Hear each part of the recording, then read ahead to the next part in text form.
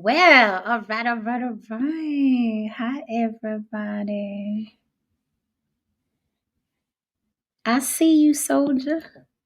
See you. Okay. Welcome, everybody, to On the Block with Got to Jen. be more careful. Glad to see you. Chat, hold us down.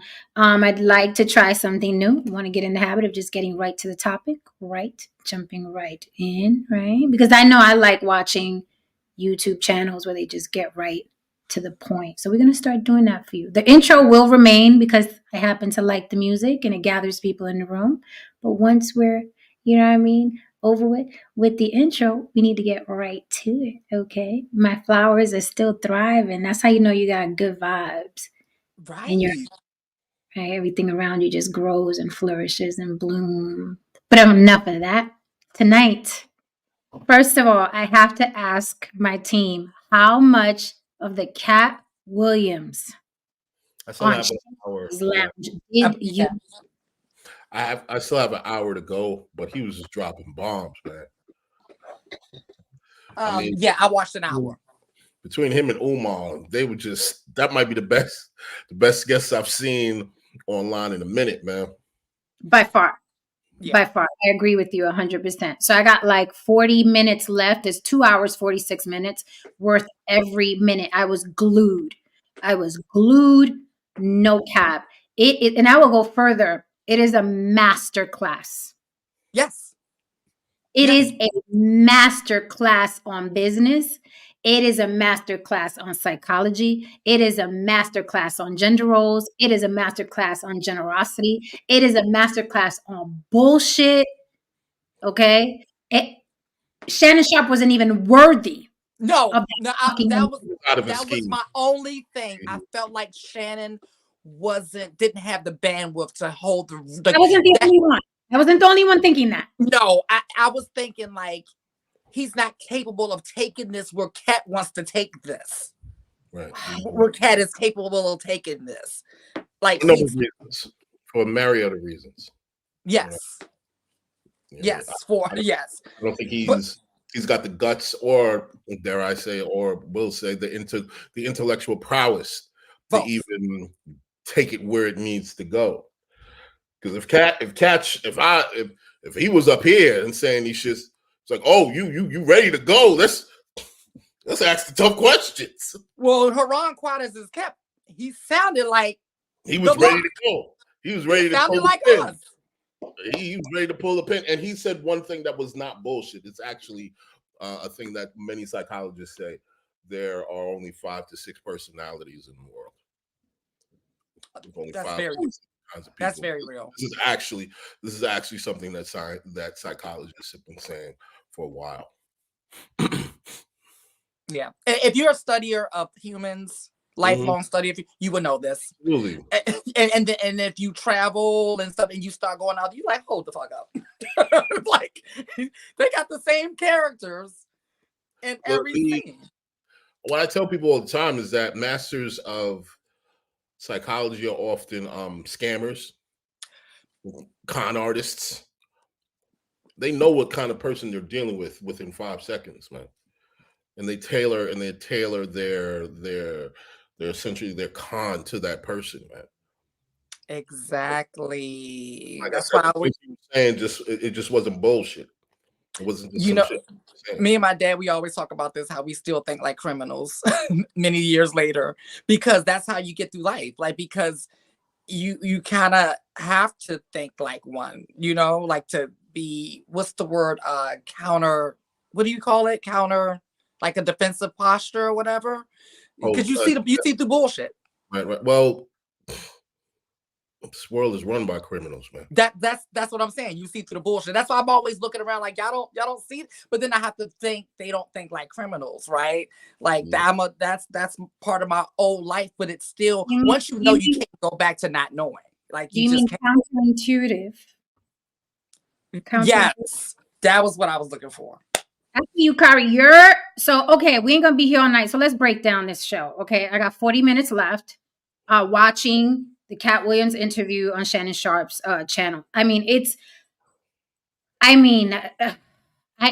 been in school in a minute, And I felt like I was sitting in a class with one of my favorite professors. It was amazing. There's so much in there. I'm not, no cap. It is a master's class. It really, truly, madly, deeply is. It was so just amazing to hear someone. I mean, everything he was saying, I was like, that's the block. We say that on the block. We say it on the block. That is how we see things. That is how it is. That, and you're right, Haran. Shannon Sharp, respectfully or disrespectfully, did not have the bandwidth. Okay. He just did not have it. Like, you know, he's like a big goofball talking to someone who's brilliant. Right. And worried. And I'm glad that you said, what did you say? Not brave enough? Yeah, he just wasn't brave enough, and he didn't have the intellectual prowess. I mean, he was so we have an adult male speaking to a tiny adult male. Katt Williams is a tiny man, right? Humongous human being. I'm talking about stature in comparison. You got the big dude, Shannon Sharp, NFL, right?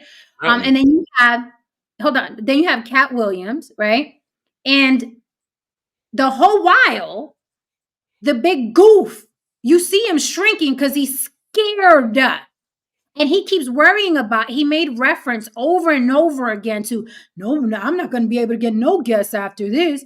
Ain't no comics coming up here after this. You're going to get me canceled. But like, just fucking pathetically fearful and cowardice. Even if you are a fucking punk, even if you are the go along to get along, right, Lily? Because you made mention that he's one of them guys that, you know, the ones that all huddled together. And it's like, I gotta kiss Steve Harvey's ass. He's a bigwig. I gotta kiss Cedric the Entertainer's ass. He's a bigwig. I gotta kiss. And he was drenched in it. And he kept the running joke with Shannon Sharp. He kept telling Katt Williams, well, I'm not gonna be able to get no guests after you. And Katt Williams was trying to tell him, you're gonna be bigger after me. Don't you understand what I'm doing?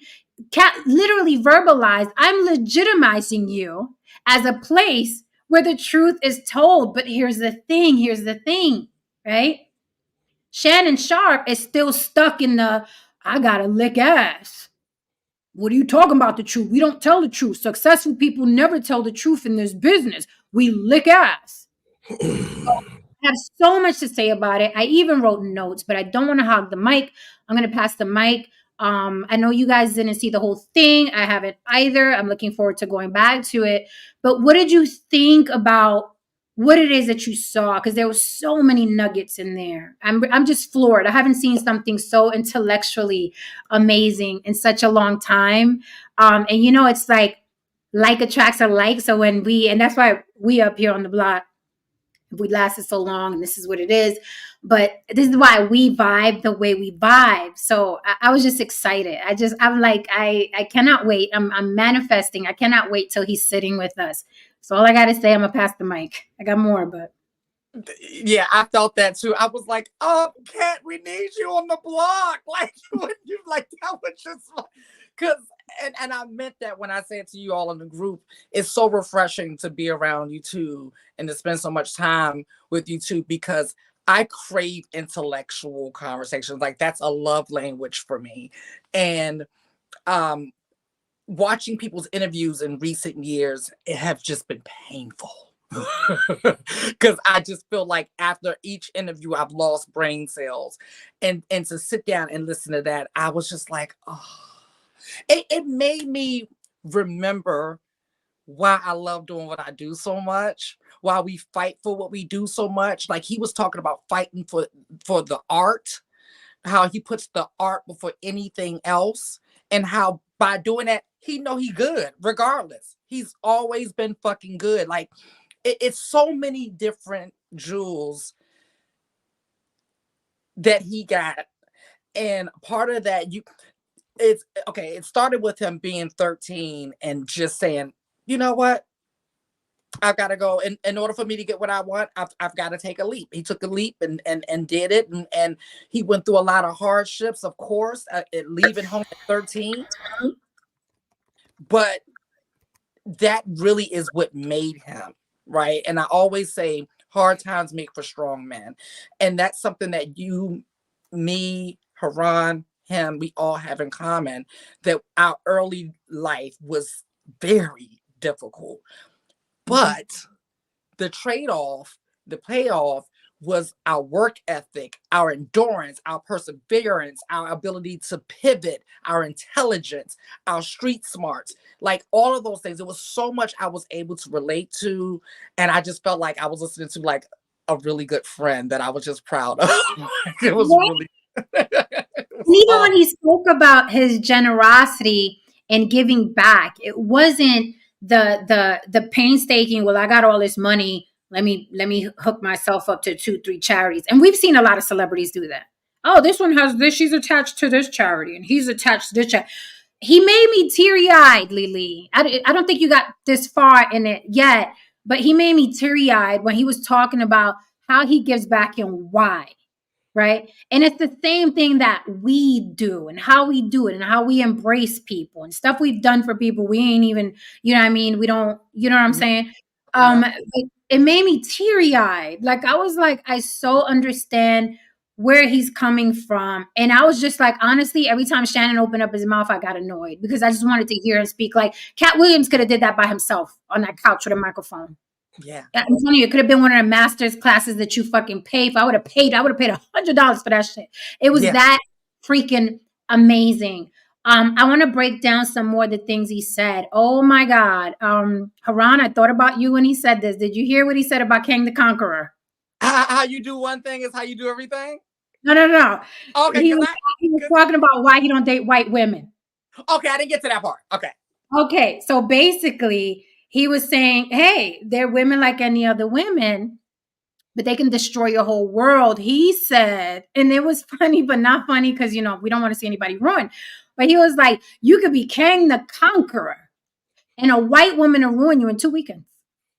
So he said, so basically, I always say the most dangerous species on the face of the planet is a white woman who don't get her way. Yes. Yeah. I mean, he was saying a lot of shit that we say that we get attacked for. And he also said that he's always been ostracized in the business because he don't kiss ass and he says what it is. And it's like that business, you know, we spoke about it here a lot, how it's just unraveling. There's a change of the guards. The empire, Olympus has fallen, honey. Everybody's getting called out. All the people that you never thought would get called out are getting called out and exposed.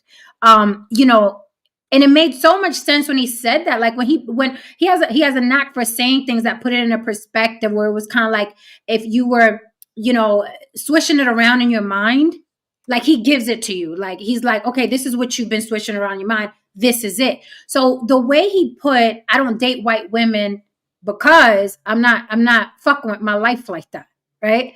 But he said you could be King the Conqueror, and when you hear it like that, King the Conqueror. You were about to be the next. He was about to be out of here. Oh, he was about to be out of here. He was about to be the biggest thing. Like this was going to be Black Panther and then some. Yeah. Right? It was like Thanos and Black Panther put into one fucking person. He was about to be out of here, man. And he said, destroyed in 2 weekends. She destroyed you in 2 weekends. Done. So, you know, I thought that was amazing. You know, now let's talk a little bit about the beef. He called out not just Cedric the Entertainer. I know people grab, you know, if that's what you're going to get from this almost 3-hour masterclass, you're a dick. But I understand people need beef for content, right? This is why I did not put Cedric the Entertainer on the thumbnail this evening, because this is so much bigger than petty YouTube beef. And I know they're doing Ced the Entertainer versus Katt Williams. What he said about Ced was about this big in comparison. He said that Ced stole one of his jokes. He had proof of it, timelines and all of that, right? But of course, Ced the Entertainer responded. Now, listen, I do things differently. I like playing a little bit of chess with my little bit of checkers. So if I was in Ced the Entertainer's camp, I would have said, admit it, acknowledge it. There's video proof of it. Say, my bad. Sometimes that happens in comedy. Sometimes we're not feeling as creative. You know what I'm saying? Shout out to Katt Williams. I hope he's doing well. And onward we go. So simple. So simple, so dope, so manly, so masculine to just be like, hey, I probably did steal the joke. He's probably right. However, let's not diminish my career to one joke. But shout out to Katt Williams. That's king sexy. shit. That's sexy as fuck. Ownership and accountability is sexy as hell. That's all he had to do. No, he gets on there. Yeah, if we see each other in person, I'm paraphrasing. If we see each other in person, it's going to be a different story. He's talking all that tough shit. Blah, blah. Why? You had an opportunity to look like a full-grown man, and you know you stole the joke. You didn't deny it. Right. And like you said, that's a common practice in comedy. It happens. Like, keep it moving. It's no big deal. You see, the thing about the other day on YouTube talking about tater tots. Who said that? Who called them tater tots? The thing about Katt is, y'all know, you know, I mean, how I feel about Katt. I'm always, you know, bigging this guy up, you know, and the fact that he was given 2 hours to show the world why I'm in such support of him, I was just like, it's just Katt being Katt. Knowing me and seeing a guy like that just let it rip. Now you understand why I respect this dude. Like, look, listen, I'm gonna say something right quick. The greatest thing a human being can ever be gifted with is the ability and the energy of artistry. Mm-hmm. People don't understand what artistry is. Mm-hmm. You are an artist. You have the ability to shift the conversation. You can influence minds. You can literally influence the social order of humanity. What other entity in existence has that kind of capability? The universe. Mm-hmm. The universe has the ability to shift galaxies, create space for worlds, create spaces for different things. You know what I mean? Double itself, expand itself, and so on and so forth. So in a lot of ways, when you are an artist, you are in touch with your artistry. Yes, you are in touch with the universe. That's why people grab. That's why you want to surround themselves around you, because you have this gift and this touch with something greater than humanity itself. And that is why a lot of people who use that gift for nefarious reasons, the universe fucking basically punishes them.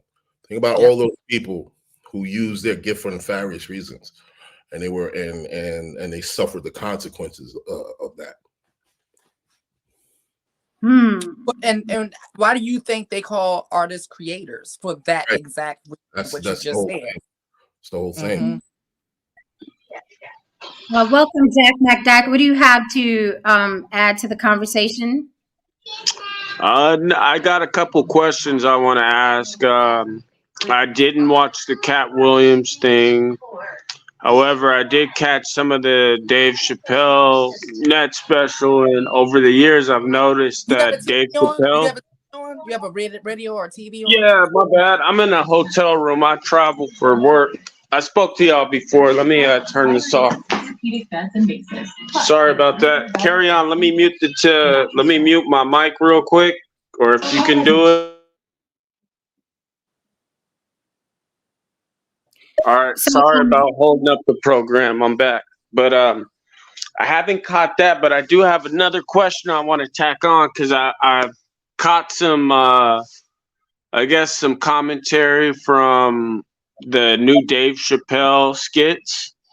And I've noticed over the last several years, he's really attacked the LGBT community. I wanted to know how you felt about that, Lily. I don't see it as an attack. I just see him telling things from his perspective, but I haven't heard anything that I took as an attack, honestly. So that's I'm not in the mood to really deter the conversation right now. Yeah. You know, okay. Hey, my bad, Haran. I'm sorry. Have something to contribute to Katt Williams destroys comedy, then let's get into that discussion. Okay. Do you have All right, I will say this, based off of the title of the video,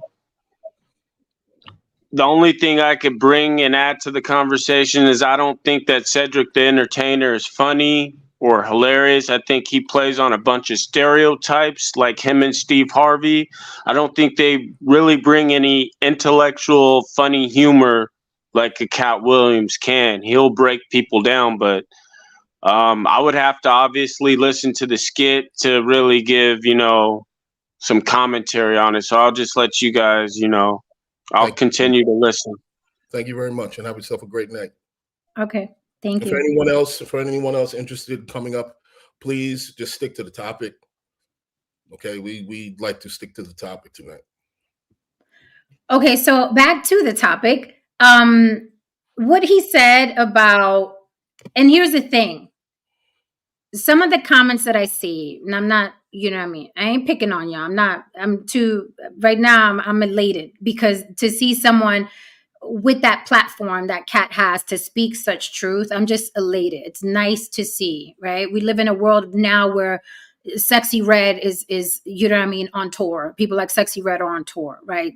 Cardi B is talking to presidential candidates. This is the world we live in. The Kardashians are America's sweethearts. So when we live in a world like this, where people who do absolutely nothing are getting accolades and being rewarded and awarded, right? It's so nice to see someone who's an actual artist to talk about the intricacies of artistry, of writing, of studying the craft. I'm sorry, I'm elated right now. So I'm on a high. I'm not picking on you. However, I have to pick this comment. Katt Williams comes across as bitter. They've told us the same thing. Okay. When someone speaks the truth, when someone's not licking ass, when someone's not kissing ass, when someone's not praising, right? If I say Cardi B can't rap, if I say Sexy Red is a fucking eyesore, if I say I don't think this person is talented enough to speak to people on a podcast, the automatic retort is always, well, Jen, you sound bitter. Right? If you're not kissing the ass of nobodies and nothings and losers, right? Then something's wrong with you. You must be bitter, right? And what I'm not going to stand for is someone who has what I feel is everything to make me happy right now. Now, a couple of millions are going to make me more happy. But right now, I am the furthest thing from bitter. I didn't see Katt Williams. I didn't see a bitter bone in that man's body, but it's just you guys aren't used to hearing the truth, right? So you don't know what to do with it. You're like, that person's telling the truth. Is it that you don't know how to decide? You don't know what to do with the truth, right? Unless it's a truth that tickles your ears, and usually the truth that tickles your ears is a hustle, right? And they love a hustle. They love to be hustled. Okay? The truth that tickles your ears that makes you feel good, it's a fucking hustle. I didn't see a bitter bone in that man's body. I saw someone who was extremely generous, extremely, like, I'm telling you, made me teary-eyed. Yeah. Extremely generous, what he does for other people, right? Even after being burned. Even after being burned in a situation where he don't have to. You don't have to, right? So, no, I'm not going to take that on, though. He's bitter. He doesn't. No. I knew that it was going to be comments like that because in the society that we live in this polished veneer, everyone likes veneers. Everything has to be given. Yeah. Everybody's going around like this, right? Yeah, right. That's what. So it's like, if you aren't praising something, then you're knocking that. But the way there was no bitter energy. It was very matter of fact. He was just telling stories matter of factly. Like, I went to the store, I got juice, and I brought it home. It was like, and this is what happened at the store. This is what happened at the store when I was there. I love. I have to quote him and quote him correctly because you're right, Lily. He did gather Shannon Sharp. I love how he did that. So Shannon Sharp kept insisting, and this is what I don't like. This is follow me for a minute, right? He kept defending mediocrity, and that annoys the fuck out of me. Shannon Sharp kept defending mediocrity. Every time, first of all, Katt Williams is a master at his craft. He's a king of comedy. He has the resume to prove it. Still selling out shows, arenas, I may add, right? Actor. And don't even advertise. He doesn't even promote. Advertise. Brilliant mind, right? So he doesn't have to beat his chest and prove himself. We see who he is, right? So when I trust his judgment, and we've gotten to the point where we don't even give a fuck about somebody's resume anymore. We don't care anymore. We can see somebody be as successful as hell, right? Somebody could be successful, right? Let's take, for instance, I'm going to break it down in terms that the majority of you will understand, right? Nicki Minaj, not a fan of her personality. I don't like her disposition. However, she is a very skilled rapper and writer. Very, very skilled. Very skilled, right? So when Nicki says Cardi B can't rap, she's trash, then automatically is Nicki, she's bitter, she's a hater, but she's right. She's right. Exactly. No matter if you like the person or dislike the person, it's right. Why? Because we always salute the rank here. I don't have to like Nicki Minaj to agree with she's right. Cardi B is hot garbage. We all know that, but she grew on us. She's so funny and cute. Look at her. She can't even speak English. Ah, right? So, but let me land the plane really quickly. Let me land the plane. Yeah, so my point is that Nicki has the resume, the talent, and the skill to be able to judge someone else in her arena. No different than Kobe, rest in power. If Kobe were to say that basketball player, he's trash, right? Well, Kobe has the fucking resume. He's the king of fucking NBA. So if it gets to the point where we're not even listening to our experts anymore, who's running the asylum? Oh yeah. But you know, to your point, excuse me, Papoose said something that makes sense. One of the things that happens that I see online often is that Nas gets shitted on. Like Nas gets shitted on a lot, you know, and but Pat was basically saying for a guy like Nas, and he was relating it to anyone who has that degree of talent in their chosen field. Yeah, in a lot of ways, people have to attack a guy like that. Because if you give a guy like that his flowers, what does it say for everyone else? Some people are just absolutely undeniable. And to admit that a person is absolutely undeniable, you are surrendering to the reality that there are those who are just incredibly gifted at a certain thing, and there are those who are not. Like, I'm not a chef. I have absolutely no cooking skills. I mean, I have enough skills to survive. You know what I mean? That's not my thing. I found my thing.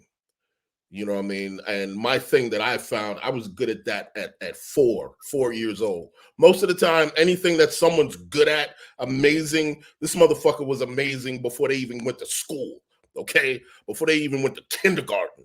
They showed signs of being absolutely incredible at that one thing. You see, he left school, right?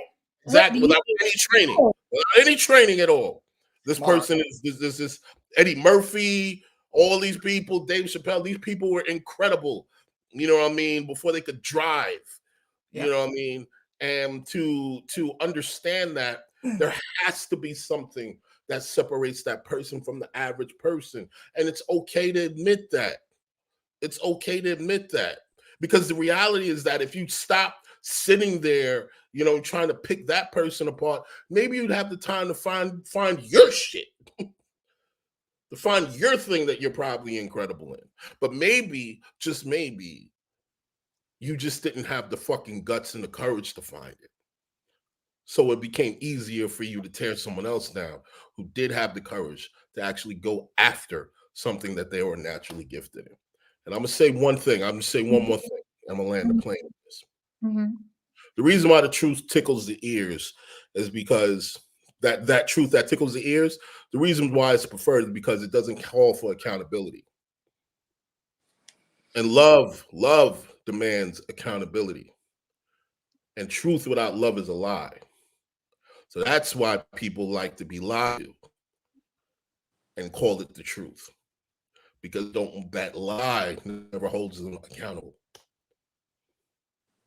So I want to quote him directly. So going back, Shannon Sharp was constantly defending these mediocre comedians. We know who's mediocre. We know who the greats are. If I said who are the greats, people, Richard Pryor, Dave Chappelle. we play stupid, right? Selectively. We know who the greats are. We ask who are the greatest, give me 10 greatest, whoever, right? There's some names that automatically come to our lips. So Katt was simply saying what we've all been saying. How many times have you heard Kevin Hart's not funny? How many times? He made a lot of things make sense about Kevin Hart. It ain't funny. How many times have we heard Faison does Faison everywhere he goes? Another thing that I love, that I got confirmation, and I was like, thank you. First of all, my favorite people in the world are comedians. You guys have heard me say that before. Okay. Me too. Love them. So, you know, in hanging out with them, local comedians and kings of comedy, okay, I've always wondered why. People have told me, you should do stand-up, Jen. You should do stand-up. Not my thing. I'm a writer. I'm a comedic writer. I love writing. That's my ministry. Right? I watch it and I write. I can't do this. A funny thing happened to me today. Salute to them. It's a skill I do not have, right? Yeah. But I always wondered, in hanging out with my comedian friends and going to their shows and supporting a lot of their shows and hopping to different comedy clubs, is the comedians would always say the same shit over and over and over again.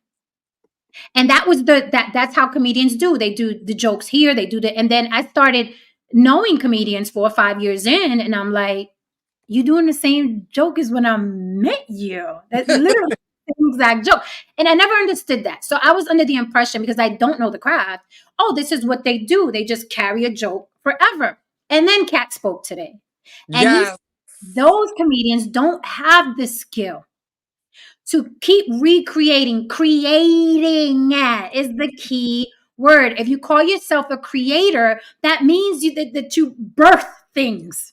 That's what literally creator means. That's why a lot of these content creators, okay, they're all hot garbage into the wayside now. No one's even talking about them because they're not creators. But they call themselves content creators. They're not creative. They're content stealers, content plagiarizers, content fakers. Okay. So it's interesting when he said that, he was like, these people are running around pretending and acting like they comedians. He spoke about the chick, the Wanda chick that he tore up at the radio station. Yep. He was like, you masquerading as a comedian. And he said, what we say here, you don't get in the ring out of your weight class. And that is what she did. She thought, I'm funny a couple times on the radio station. I can take Katt Williams. Was she high?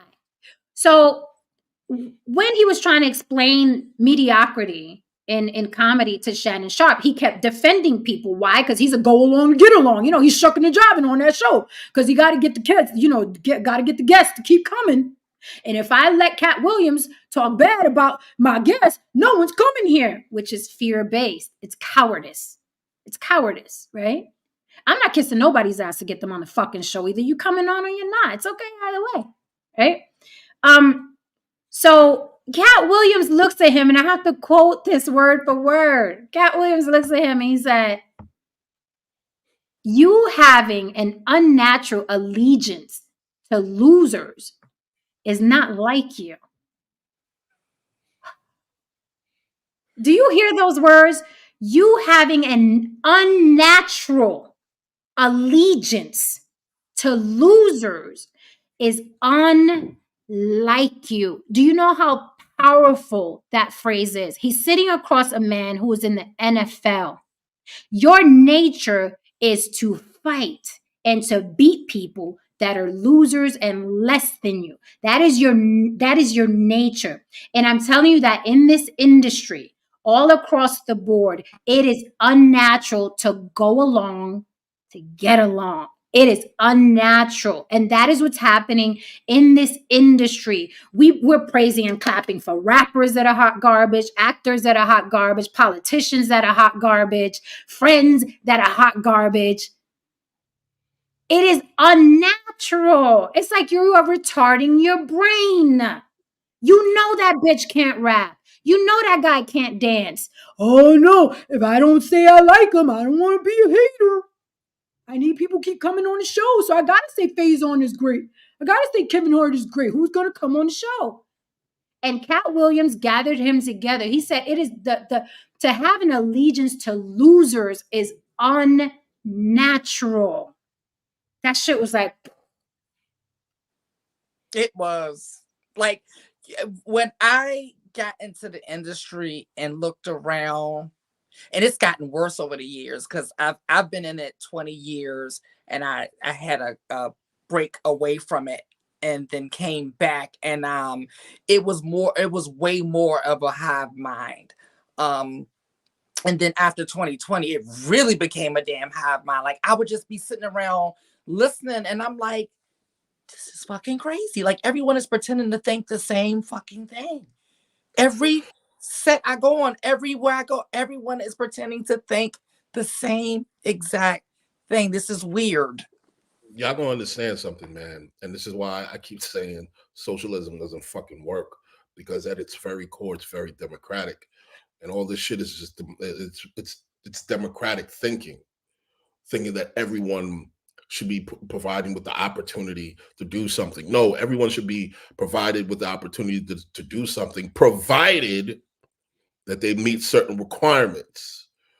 You have just this free-for-all, and there's no barrier to fucking entry. You're going to ruin the industry. It's not sustainable, because after a while, the whole point of entertainment is to be entertained by a motherfucker that can't do shit you could do. So if everybody's just as funny as you, or as funny as your fucking grandpa after a couple of shots, you're gonna be like, yo, this is fucking bullshit. And you're gonna tune the fuck out. No, you showed up and saw Michael Jackson because it's like, there is no way a human being should be this fucking talented. Same way with Whitney Houston. Same way with Stevie Wonder. There's no way anyone can be this fucking talented. You were looking at something you could say, and you're telling yourself, even if I had my whole life to practice, I wouldn't be as good as this motherfucker. I miss those days. You know what I mean? And quick question. Okay, let me ask y'all something, ladies. Who's John Starks? John Starks? Yes, who's John Starks? Is he related to Tony Starks? Okay. Who's Michael Jordan? Okay, I know Michael Jordan. Okay, you know Michael Jordan, right? Yeah, I'm not good with names, but I know Michael. John Starks used to play for the Knicks. Oh, then why you ask us this question? About the Knicks. I'm about to prove a point. I'm about to prove a point. Oh, okay. Michael Jordan was just that fucking good that motherfuckers who knew absolutely nothing about sports knew who Michael Jordan was. Because he was that fucking good. I'll give you another example. Do you know this song called Angry Chair? No. Okay. Do you know a song called Smells Like Teen Spirit? Yes. Love it. Absolutely. Every fucking word. Both of those songs came out pretty much in the same era. But that Smells Like Teen Spirit shit was so hot, it literally climbed across racial barriers. And it hit too. The lyrics hit though. What's up? I said them lyrics hit too. Exactly. So when you're like my nephew knows, he said John Starks, Knicks number 3. Go ahead, nephew. Well, there you go. But he's a sports dude. Yeah, you know, so you have to be a sports guy to know who the fuck John Starks was. So you know what I mean? The point of the matter is that I'm making here is that when somebody's just that good, they transcend so many lines and so many barriers, because everybody has to sit back and say, holy shit, that's fucking incredible.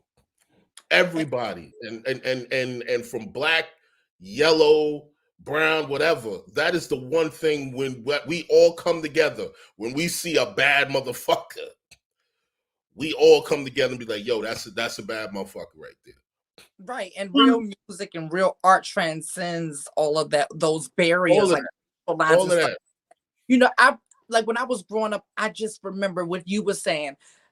That was what I loved about the arts so much, watching movies, television, and music and poetry, whatever, and just thinking like, I could never.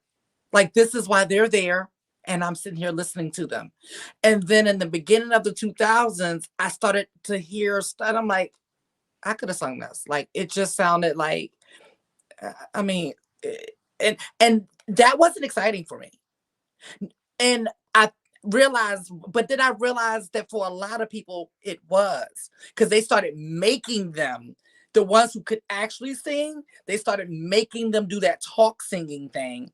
And then the new people they were signing were just really pretty people who can just carry a little tune, and they just add, 90% auto tune onto it, right? And yes, those people sold a lot of music because the average person is not an artist. So it gave that average person like some hope that, oh, maybe I can get on the radio. But for artists like us, it was disappointing because we want to be wild. We want to hear that thing. We want to, it's like that factor. And that started to slowly become missing over time, I would say after the early 2000s. So, if the climate wasn't a particular way, do you really think that Cassie would have fixed a whole motherfucking face to say, I'm about to go on tour? Something in the back of her mind told her, like, yeah, I got a shot. Because when she first tickets, when people that can actually sing are not being able to push tickets unless you're Beyonce or Bruno Mars.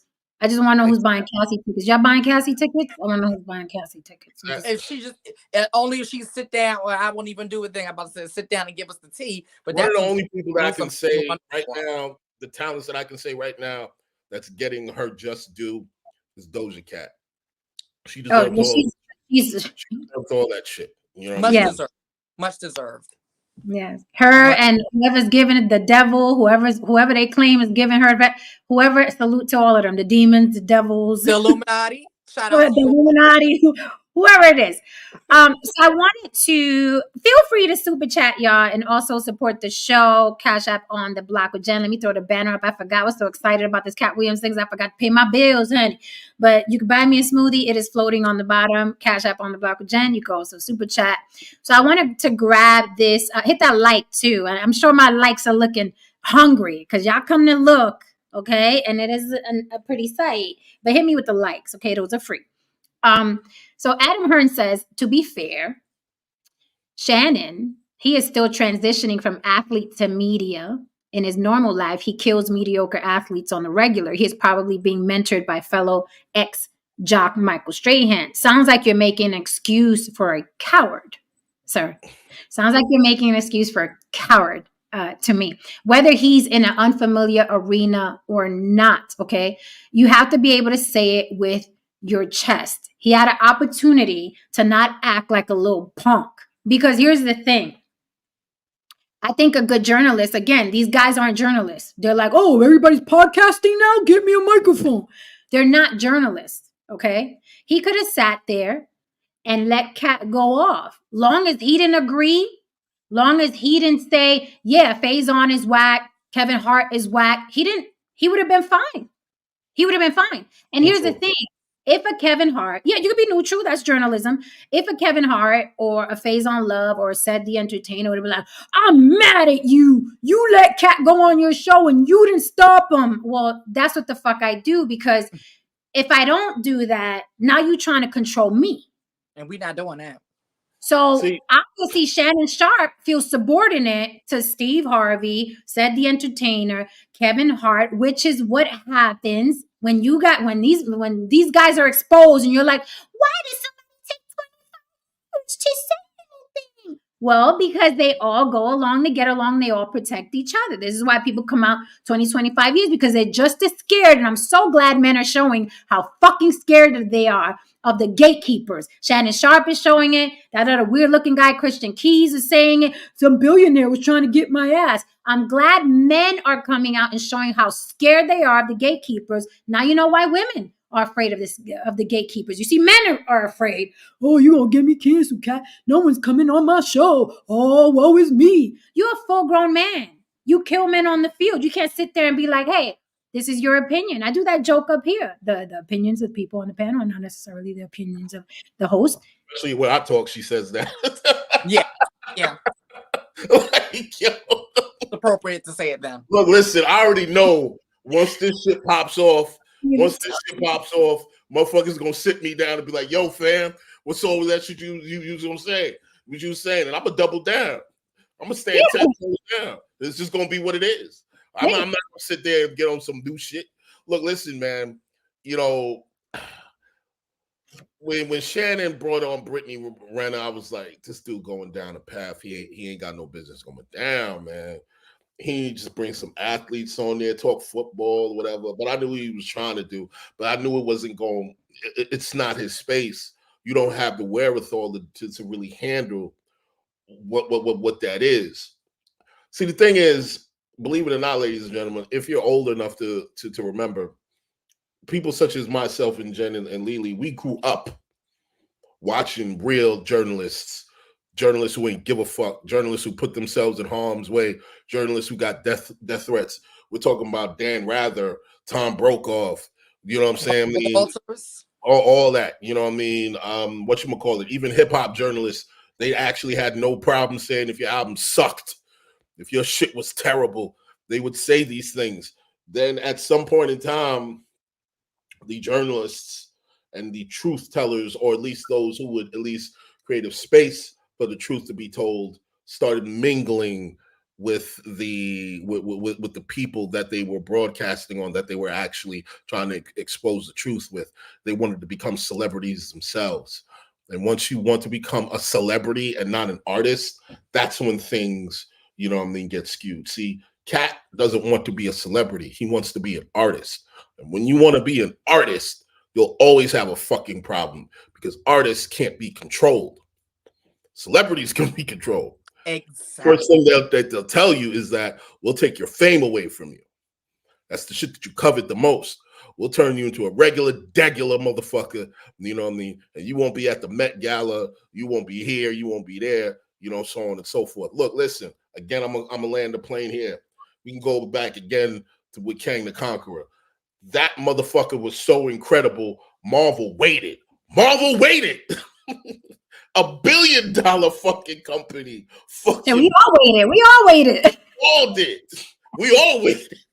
We're like, he gonna get it. He gonna come back and be Kang for everybody. Yay! I'm not even gonna lie, man. If the motherfucker was half as good, nobody would have been like, "Yeah, he's out of here." Marvel would have been like, they'd have cut him that weekend. But he was so good that everybody stood on their edge of their seat and be like, "Where the fuck is this gonna go?" And when it went the other way, a piece of you was like, "Shit," because why? You know that kind of talent doesn't come around a lot. See, but here's the thing. I'll always be a Michael B. Jordan, respectfully. You know what I'm saying? I mean, I've never looked at Michael B. Jordan like, oh my god, look at that performance! No, right. He's the film version of the singers I was talking about. Right, like, right. They put really nice looking people to distract you with the abracadabra, and he looks great. And they put him in the right role. No, we're not taking nothing from Michael B. now. Right. The man is fine. He takes a lot of pictures like that. You know, like the tongue pics. He's a Hollywood heartthrob. He does what he does. He's that guy. He has a function. But I'm not. I've never seen a Michael B. Jordan piece that I've wanted to study.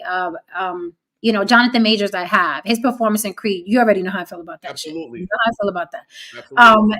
You know, but it's fucked up, man. But you know, I'm looking at all these billionaires, right? In general, this is not race specific. In general, lovers of the craft who are wealthy, I would have fucking redid that shit and made him Kang on something else, on some fuck y'all shit. If I was worth $1 billion, I'd fucking put on my own production. Right? I put on my and be like, "You gonna be King of Conqueror? You can't stop us, right?" And as a fuck you, right? Because that's what this industry, the whole cancel culture needs is a fuck you, right? And I think Katt Williams did that on this interview. Andre Libre says, internet is ruining entertainment. There's no more real circuit to work to build the craft. Overnight sensations used to take 20 years of work. Now overnights are really overnight. And that's why the block grew organically. Okay. That's why we had 5,000, not 5 million, because we had to do this shit organically. And we're very happy doing it organically. I mean, look at us. Right. We could have easily went that way, saying shit to tickle people's ears. So going back to something Katt said about those overnight sensations, like I got so much respect for how he does the work. And it's funny because he brought up the new doc that's out with Kevin Hart and Chris Rock. right? And he used the example. And another one of my comedian friends told me this, that when he saw that documentary and the intricacies, the details that Chris Rock puts into his craft and those little post-it notes and how he goes back to his jokes and what he blah, blah. And Kevin Hart standing next to Chris Rock doing what? Flabbergasted. There's how you do it? Like, you put this much work into it? Well, fuck. I'm not surprised. You can tell. Okay. Now that's not a rumor. That is right there in front of you on a TV screen. Kevin Hart is flabbergasted. You put this much work into it? Well, goddamn. And Katt Williams was talking about when he goes into a role, it doesn't matter what role he is. He's studying, he's watching footage like a football player watches the other team. You know, he's studying the craft and what did this person do? And how do I remove myself to make this person come alive? And all the stuff he was adding to it I'm tooting our horns, reminded me of when we worked together. Even there was that little stint. Okay, the skits that we did that we haven't dropped yet. We got skits, y'all. But the little details of like, no, Lily, wear this, or Jen, hold the glass like this, or Haran, walk in this way and then go backwards. Like, it's the little things. He's not a celebrity. He doesn't walk in and it's like, I'm here. Where do I stand? He's like, no, that color should be purple. You need more light on that. That couch should be over here. That's who Katt Williams is. So when someone is that detailed, I'm sorry. I'm going to respect their opinion because I know the fucking work that they put into their craft. Period. Now, with that said, yes, Britney Spears can go platinum. Yes, Vanilla Ice can go platinum. Yes, Sexy Red could go platinum. Yes, Cardi B could go platinum. But let's not be stupid enough to think that they're going platinum because of fucking talent and skill. Where do we draw the fucking line? And he drew the line on that show, even though he was talking to a whole fucking goon on across from him. You know what? I predict that it's going to be a lot more fuck yous this year. I really hope so. I really hope so. And I feel like that because the money's not moneying, right? So that's the best time for real art to shine through. Like people who really love this shit and not just are here because it gets them likes and follows and attention online and things like that. Yeah, I'm actually this interview made me excited. It really did. It made me it put so much. It just made me realize. I said it earlier. It made me realize why I love what I do so much. Like just did you feel like somebody's speaking for us? Somebody's speaking for the people that stay up to 3:00 in the morning writing. Somebody's speaking for the people that have to be their own glam squad. Somebody's speaking for people that we gotta take care of our own lighting and our own decor. Somebody's speaking for us. Like I'm telling you, it was like a fucking hug. Thank you so much for the super chat, Israel Grace. I appreciate you, sir. I see Necessary Evil. Buy me a smoothie. She says, happy belated birthday, Jen. I worked all night, fell asleep. Sorry. No worries at all. Thank you so much, Necessary Evil. You always come through regardless. Yeah, so let's get into a little touchy subject. What is that? Andro Libre says, that's what I was reading just now. Your boyfriend talking to you, Haran. Adam Hearn. Your mama shipped over some options, Adam. The funny thing is that we're going. That's a great segue because that's going to be my next topic. Andro Libra says Michael B kind of regressed because my eyes got watery when Michael B was Wallace and Poot and Bodie shot him in The Vacant. Ain't done nothing good. What movie is that? Did I miss something? The Vacant. That's The Wire, right? That's I didn't watch one episode of The Wire. I don't know. That's so favorite. I hated it. I tried, but I'm like they really pushing like the hood. Like I didn't think it was authentic. Like I don't know. I like Snowfall. It was very authentic because the reason why I loved it because I was living that life in Baltimore at that time. So when I discovered the show, I was like, it's a dope show. Yeah, I was like, who did this? Like, I couldn't get into it. It seemed contrived. Everybody was cursing. No, I don't know. Like, I like to see more levels. I loved Snowfall. But hold on. What did you? Because if you watched the first season, it was whatever it was in the first season for sure. Okay, So I will tell you this. I discovered the show in the second season, and then I was, and I'm one of those people, if I just happen to sit down, the show has already been in progress, it's a wrap for me. Don't even bother to ask me to watch. My dad was watching, and it just sucked me in, and it was, but what happened is, because I watched it from the second season up until the last season, I went back. I said, let me watch the first season. I said to myself, if I would have went in on the first season, I wouldn't have gotten through it, because they spent the whole first season setting up because it's very intricate. So they had to spend the whole first season setting up all of the different layers. Okay. Yeah. So it was kind of boring for the first season, to me, in my opinion. Okay, so I want to segue to what Adam Hearn says. Skits, how did you find a dress big enough for her on, though? So it's a great segue, because the next thing I wanted to talk about was, we hear a lot, there's an agenda to put black men in dresses, blah, blah, blah, right? And I'm always like, whatever. But the way Katt explained it, I was like, I see it, right? Prior to that, I was just like, y'all are paranoid, you're homophobes, whatever, blah, blah. But the way he explained it, and the way, and I'm going to do my best. I'm going to do my best to explain what he was saying, because he's deep. That brother's deep. So I'm going to do my best. I'll do my interpretation. You guys can correct me if I'm wrong and say, no, Jen, I heard this. My interpretation was, black men already are looked at a certain way, right? So specifically, why is the default always to put a black man in a dress, but specifically in front of white people? You get what I'm saying? Mm-hmm. Right. Well, specifically. So he made it a joke, but he was like, and I'm paraphrasing, my asshole is intact, and I'd like to keep it that way. Right. And I've been offered many things. He even brought up the Diddy thing. He brought up him and Martin were really close. And he's like, yo, whatever you need, I'm there for you, blah, blah. Let's work together when I get back to such and such. And he, Martin calls him to a meeting, a bunch of white people there. And then he says, Martin pulls out Big Mama too.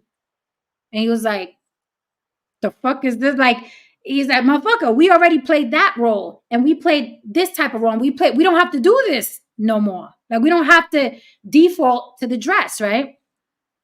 And he says, get what the guy that ended up, I forgot his name, the guy that ended up playing in Big Mama's house, whatever. Right. Big Mama's house. I forgot his name. But you know the guy. I forgot his name, but you know the guy. The one that's in the movie, the one that's in Big Mama's whatever. And he was like, you better go. You don't need Katt Williams. You need such and such. And he said, yo, they cast him. They literally cast the guy. I was like, oh, you don't need me. You need him. And they literally cast the guy that Katt, it was a throwaway statement. Yeah. He was like, you need him. And they cast him. So he was basically saying, in my words, there is an agenda.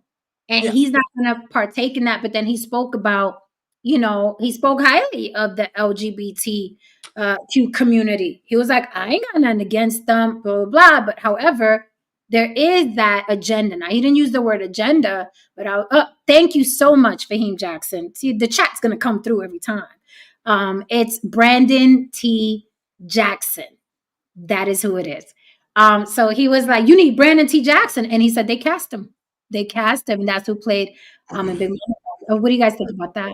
Oh, like, I don't know if you remember, but when you and Mark Harris interviewed me, Mark asked me, do I think if there's an agenda? And I know he wasn't expecting me to say, yeah. Because, especially at that time, no trans person was going to stand up and say yes. Not, me and Storm, Flame Monroe. Flame Monroe. You and Flame. That's it. Me and Flame Monroe was the only two, right? Because of the go along, get along shit, right? Mm-hmm. And I was like, no, there's clearly an agenda. And there's a way that you can be able to say that and it's not sounding phobic. Because the way Katt said it didn't sound phobic at all. It sounded like everything else he said. Very matter of fact. You want some butter and toast? Right. Because usually when I hear that from people, I'm like, oh, shut the you just, you know what I mean? I'm automatically like, I reject it automatically. But he said so many things in such a smart, wise way that I was like, let me see what your version of this is, because maybe you know something I don't know. Right. Mm-hmm. Well, the way he said it was, I got it. When he said it, I got it, because there are certain things, you know, and wait, we may need a we may need a little teeny tiny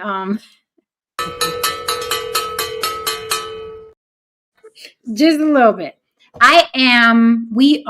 We must be vigilant to certain casting, to certain portrayals, to certain, that's not to say that we won't play a prostitute or a crackhead, or I played a drug dealer, right? But even her, when I played the drug dealer, I still had to give her a reason beyond she's sniffing coke and likes money, right? You have to give her a reason. So I'm like, if I can humanize her, I'll fuck with it. Plus, you guys are paying me nice. You flying me into Miami. I ain't mad. You know what I'm saying?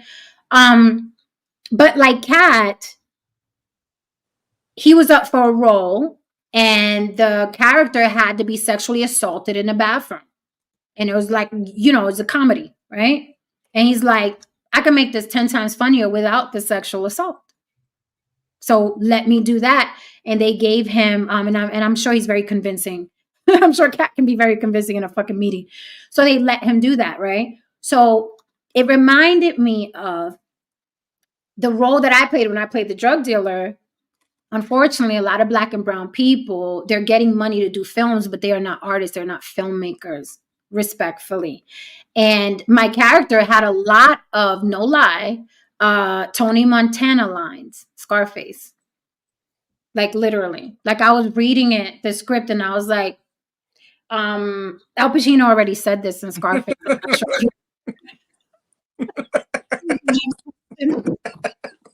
I don't want to bother you guys, but I know I'm calling back again, but I just read page 5. And that is so gentle. Is 5? Is it 5? Yeah, 5. And line 3. Because can we S off of it? It shouldn't be like. Right. So I know I'm calling again. How are you guys doing? You good? You had dinner yet? Okay, great. Line 5 just sounds a little reminiscent. Who do I trust? Me. That's who. Who built this? Me. That's who. And also, since we're already on the phone, page 20. This woman drops her head into a huge pile of coke at her desk because she's really upset. I kind of saw Scarface too. So I was wondering if it's okay with you. look, I'll just say this real quick. Shannon Sharp and Terry Crews, they didn't wear a dress, but they're still very fucking docile in the face of white men. Mm-hmm. So this is not about an agenda, but it's a requirement. A requirement for you to move up into the world as a Black man is there. You have to have a degree of docility. See, an arrogant white man is a confident white man. A confident Black man is arrogant. It's the way it works. And I see a lot of you brothers, you know what I mean? You don't need to wear a dress because you already lose bass in your voice when you're in front of a white man. True. Tariq Nasheed turned into a straight bitch in front of a white supremacist. So you don't need the dress. Oh, he had bass for me. Haran, Tariq Nasheed had bass for me. 5'4", 102-pound Puerto Rican. He got all the bass in the world and all the sweeties and the bass in the motherfucking world and shaking. He learned that day. The motherfucker had this motherfucker had mic skills like Hulk Hogan that day, man. It was like, what are you gonna do? Like, yo, this shit was insane. But you know, the point of the matter. Did you see it? No, sorry. Wait, let's pause right there. Did you see him with, what's his name? Jared Taylor, you talking about? Yes, Jared Taylor. He was just over there. He was fiddling with his mic. He was like, I can't, can you hear me? Can you hear me? And those two white men were sitting there perched up like, we could hear you fine. Really? Have you seen it? Yes. No. Yes, he was rustling through his papers and was like, If you look at, listen, if y'all are out there, y'all are nosy as fuck. If someone could put the way Tariq Nasheed was arguing with me and the way he was trying to debate Jared Taylor, and y'all could put that together, y'all would go viral. It would be gold. It would be comedy gold, okay? Lily, he's talking to this old man. Jared Taylor's a fucking old man, very well-spoken. Very, you know what I mean? Very stoic. This motherfucker Tariq Nasheed sweating. He like fixing his mic. He was like, can you guys hear me? Can you guys hear? That white man was sitting there like, we can hear you fine. So then he's like, oh, white supremacy. But what about, and then Jared Taylor's like, so let me get this straight. And then he starts breaking down what races are doing better than white people, right? Jared Taylor. We call this out here. Exactly. Yeah. So then Jared Taylor looks at him and he's like, so let me get this straight. So we white people convinced Asians to do better than us. And we allowed them to get more money than us. Like, he was just talking to him like, you cannot be this stupid. Like, he wiped the floor with him. Now, of course, the Tariq Nasheed flying monkeys are like, no, he won. That white man sat there quite stoic and still and wiped the floor with him. And then Lily, we can move on after this. Lily, the white host, and then this Jared Taylor guy, they're talking to Tariq Nasheed. This motherfucker goes silent for a minute, and the host is like, are you Googling this? No, I'm not Googling. There's something, we don't, no, I'm not Googling. Can you hear me? Can you hear me?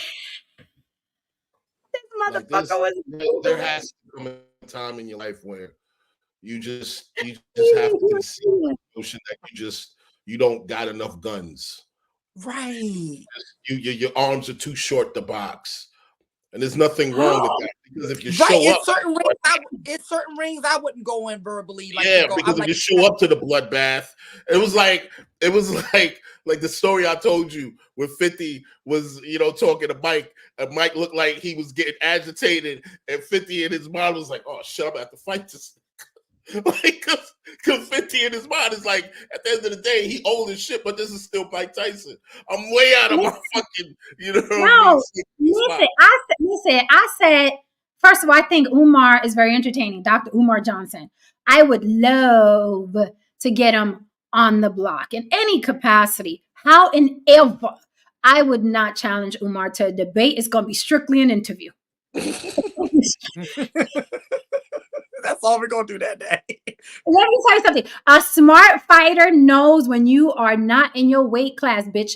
And that's what Katt Williams was talking about. I was like, first of all, Umar is a fucking master debater. You do not get in the ring with that motherfucker unless your ducks are in a row. You think you're going to get in there with an attitude? That's that. Tariq Nasheed, not so much, right? Tariq Nasheed, not so much. But Tariq Nasheed is talking to a population of people that are cattle. They just want to hear black power, reparations, black power. Long as you say that and you sell them a couple of t-shirts that say black power with the black power fist, you got them, right? So he's not used to speaking to intellectuals. But when he got with that white man, and that other white man, he was like, "Oh fuck, these motherfuckers are intellectuals. I'm in trouble." So can you, Lily, the times that he messed with his mic, that shit was fuck. I was like, "Where's all that bass you had for me? Where's the send that to me? Why you not calling that white man boo boo? It's epic, Lily. It's epic." I'm like, "Why you not calling him boo boo and sweetie? You were calling me boo boo and sweetie." Yo, he was. Can you hear me? That white man was like, why I'm telling you, this is why, like, people are full of shit, and that's why I love the era that we're going in. Like Katt said, this is the time to tell the fucking truth, and if you don't, it's coming out anyway. Everybody's being exposed for the grifters they are, for whatever they are. They're being exposed, and I'm here for it. Uh-oh. Somebody said a lot of Black famous people linked to Epstein. Uh-oh. I kind of figured they would be, though. I'm thinking I can guess some of the names. I'm not going to guess them live here, but I can guess some of the ones I would think would be on He there. also, Katt went deep. Katt went deep, okay? I was like, oh, he brought up Ricky Smiley's dead son. You guys know Ricky Smiley, his son died. He brought up his dead son. He was like, you guys don't believe in sacrifices. And he went below the belt a couple times. He insinuated that Ricky Smiley is gay. He insinuated that Tyler Perry is gay. And there's a thin line between who gives a fuck and is them being gay being used as leverage to take advantage of people. It's a thin line, right? Because when people, especially in our communities, when they mention that someone is gay, they mention it as a flaw. That's what I don't like. And I love what he said about that. Right? Good. What did he say, Lily? He said that he basically said that like people tried to put him into the LGBT community. He said the problem wasn't that they tried to put me in the LGBT community. The problem is that they tried to make it a bad thing. And he was like, that is race specific. Right. And that's I was going to go with that is only a weapon when it's race specific. And to get back to what Adam Hearn said, and he's right about this. They put Robin Williams, Jim Carrey, and Giuliani, and a number of white men in a dress. It didn't ruin their career.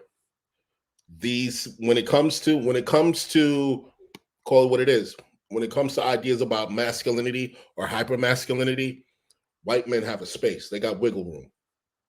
Mm-hmm. They're not expected to be, hypermasculine or the pinnacle of strength and stoic, behavior. Dare I say violent. They are not expected to be that. They're expected to be white. Because violence is very, very, it's synonymous with physical prowess.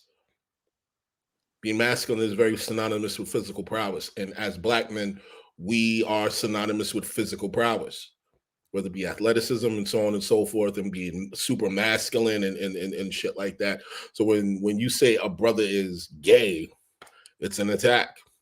And a lot of women, Black women, use it as a weapon against brothers. It doesn't hit that hard when you use it against white men. I'm not saying that it wouldn't be used, but it doesn't really hit that hard. Right. And okay, so here's the thing. What came first, the chicken or the egg, right? I'm taking back just a little bit. Plantation politics, right? Plantation residue. I call it plantation residue. On plantations, Black men, African men were emasculated, right? On a regular, whether it was massaging them, sexually assaulting them in front of women, sexually assaulting them in front of their children.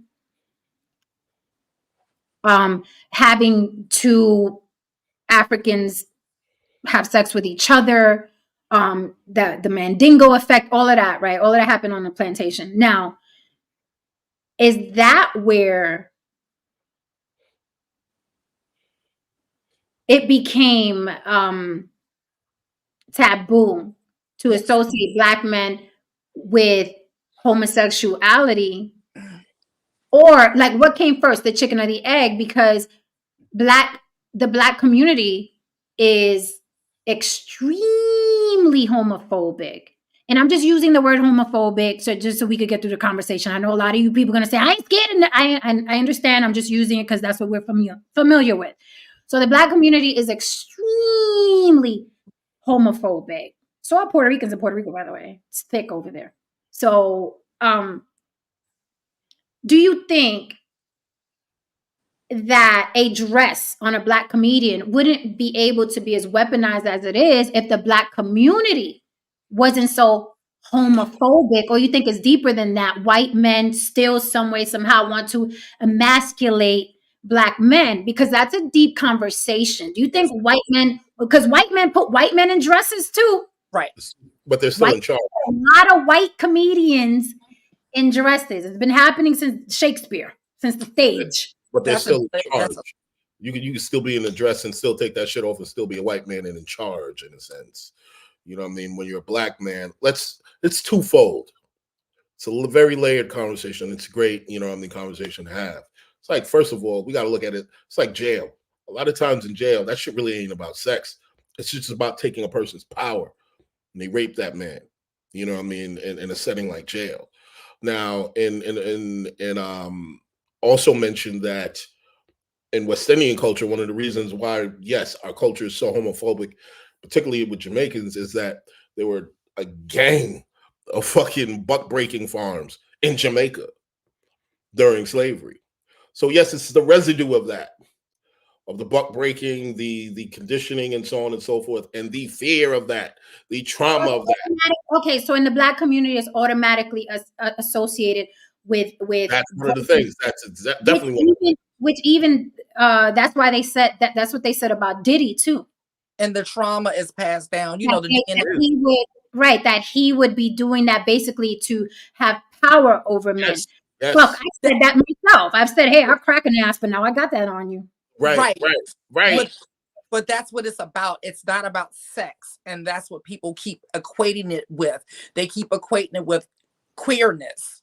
It has nothing to do with queerness in the sense of it's hard to explain, but it is about power and control and humiliation and breaking a person down any way they can. So for a man, the best way to break a man down is taking his manhood, right? So it's not about homosexuality per se, but like I said, a lot of people don't know how to they conflate the two, right? And that's why they secretly think that we're predators, because they conflate the two, right? It's DNA, trauma is passed down in your DNA. So I always say Black and brown people are inherently homophobic, including me. I was raised homophobic. I was told by a gay dude one time before. He said that there's politics. Now, Lily, if you heard this, said that there's politics in the gay community when it comes to a top and a bottom. Like a top is considered more masculine. Right. You know what I mean? And I saw a chick one time before on, I think it was on, she was on some podcast, and she flat out said, I'd fuck with a top, but not a bottom if the motherfucker was, you know what I mean, bisexual or gay or whatever it is. She was like, because in her mind, she just flat out said it. She was like, there's a difference between you fucking and you came by my way and said you got fucked. So he's like, so it's you doing the bending. I mean, look, listen, I'm not gonna lie, man. If let's keep it 100. If we in the hood back in the days in the 90s and a nigga came back and they said such and such got touched up behind bars, and you find out that motherfuckers ran up in him, it's gonna bring his masculinity down a couple of notches. You know what I mean? I feel bad for the dude, but I still ain't gonna look at him as the same, you know what I mean? What? Like, yeah, you know what I mean? It's just you lose the luster, man. Hold on really quickly. Hi, everybody. So glad that you joined us here tonight on The Block with Jen. This has been an amazing episode thus far, but I have twice the people watching than I do likes, and that's just horrible. Breaks my whittle heart. Can you do me a favor and hit that like for me? Hi, I'm glad you're here. All right.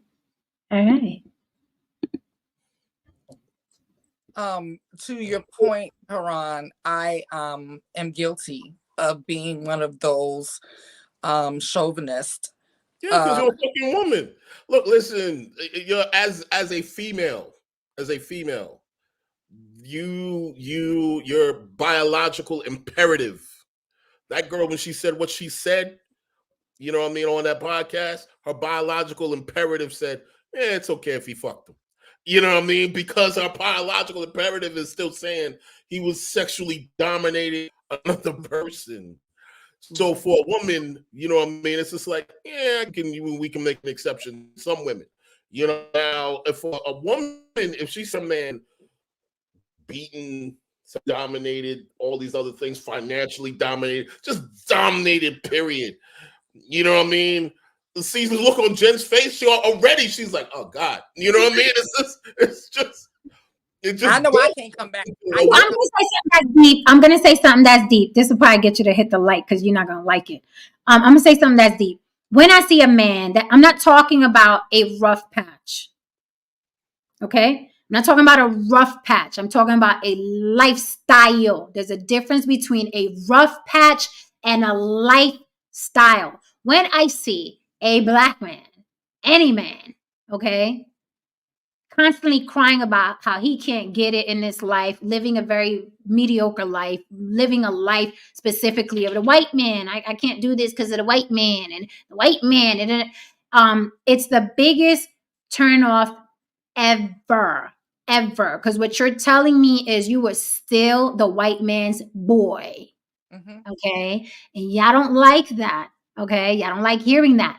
But that is how I look at you and I lose all respect. And you have to understand that there are billions of men on this planet that said, fuck the white man. I'm getting mine. But when you're sitting across a fucking dinner table with a man who's constantly complaining, the white man, society, inflation, I cannot get with it. Okay. No one's saying you have to be wealthy. However, you cannot be the white man's boy. Okay. And there are a lot of cats out there that are the white man's boy, and everything out their mouth is the system, society, inflation, blah, blah. If I'm out here hustling and busting my ass, you have to be doing twice as much as I am. Period. Right. And not looking for the world to be fucking fair. The world has never been fair since its conception, and it will not be fair.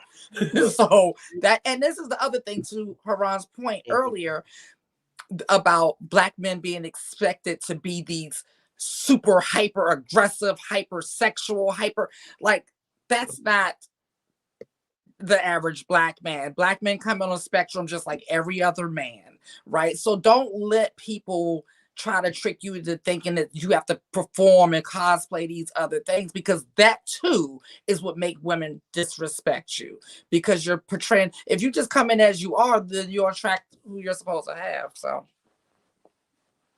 thank you, Machiavelli. I seen you. Adam Hearn says, thank you for the super chat, Adam Hearn. Adam Hearn says, race is interesting because where do white guys flee to? Usually black urban cities. They're still white and still garner then a sense of nobility. What does that mean? Haran, can you figure that out for me? I didn't get it either. They're still white and still garner. I think that then is a typo. I think what he's basically saying is that where do white men go to be weak? Because at the end of the day, they're still seen as white men and they're still seen as the upper echelon and being noble. Well, actually, I'll speak to that. One of the reasons where do they go to be weak? That's essentially, I think, what he's asking. No, wait. Where do they go to be weak? What does he mean by weak, though? I'm trying to understand. Wait. Race is interesting because where do white men? Oh, okay, I'm saying it. Because where do white men go to flee? Usually black urban cities. So he's saying that white men flee to black urban cities. What are they fleeing from is what I'm trying okay, I understand what he's saying. He's basically saying that these white men go to black urban cities to get this degree of nobility amongst blacks, basically becoming a big fish in a small pond. If okay, so is it kind of like Adam, can you explain further? Is it kind of what we talk about here on how they utilize black culture? Oh, gay white men. Okay, gay white men. Okay, I get it. Okay, they flee to go to the yeah. They pay like, but that's because they pay. That's not because they're white. It's because they pay like they weigh. It's not even race specific. That's not even. That's not. Yeah, that's all. Conversation. They pay like they weigh. Yeah, that's all. That's all that is. It's not like, oh, I want a white man. It's just like, okay, this one's paying more. Like, it's just. Will you elaborate? Did I miss something? But no, he figured it out. He said gay white men. Then I was able to put it together, meaning they flee to the urban cities to get their men, and then they're like looked at as like they're deified, but they're only deified because they're bringing in the bag. They're a exit out. Yeah, they're an opportunity to leave. Right. What's up, Sundown? Thank you for the super chat. All right, I didn't get it, but if you guys got it, you're good. As long as somebody got it. It took a couple of readings and knowing what a comma was, but yeah, we got it. Okay. Orlando, hi, darling. Orlando says, Jen, I'm a big old feminine flaming queen. And if I can do some hard labor work, then I have no respect for any man that don't get that money and make excuses. Yeah, I mean, there's no excuse. I used to live in the South Prospect, Lily. And there was this woman there, right? And you guys can say, well, how did she get that way? Why did she keep having babies? Whatever. The point is, this woman had like 5 children. Now, she wasn't the best looker in the world, but them children were pristine, clean. She would pick them up from school, take it. She would be, and I lived in a walk-up in the South Bronx. I would hear her every morning and every afternoon, just with them babies trailing. Had like 4 or 5 little ones trailing. Them kids was always clean, okay? Up and down the stairs, up and down. And that's a woman by herself. You a full-grown man with upper body strength talking about, the white man and inflation. It's hard out here. Get the... And I told you, my girlfriend, me and Orlando's girlfriend, she's got 2 special needs children, and one of them needs 24-hour care and lifting, and he's 18 now. So she's a 5'4" woman lifting an 18-year-old man and all day, every day, right? And this particular friend, I couldn't even imagine her fixing her fucking lips. Single mother to say any of those excuses. I can't even imagine her fixing her lips. Like, and for that reason, she would dismiss you in a heartbeat if you're a man coming to her talking about redlining and the white man. And she look at like, do you understand what I deal with on a 24-hour basis? Like, you wouldn't even be able to spend 5 hours in my life. And you're talking about some white boogeyman? Bye. Yeah. So I understood, I understood what Katt Williams was saying in that aspect. And I think that, and here's a thing I don't want, like I'm a huge, I would consider myself a defender of, in general, all people that are attacked just for living their lives. And I'm not just talking about the LGBTQ. Okay. There are a lot of people out there that just want to live a certain way. I don't care if it's an atheist. I don't care if it's somebody who doesn't believe in that thing. I don't care if it's somebody who wants to love somebody of the same gender. I just feel like you have to use your privilege, and we all have a certain amount of privilege, right? So it's not even, it's just across the board for me.